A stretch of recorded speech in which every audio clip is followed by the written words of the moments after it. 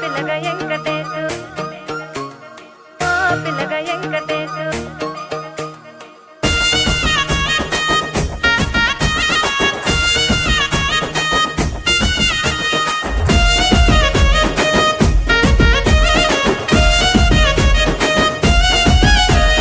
సిద్ధరాల మనసు నాది చిన్నగా పోతుంటావో చూడక పోతుంటావో ఇంట్లో చిన్నదాన్ని నేను సిద్ధరాల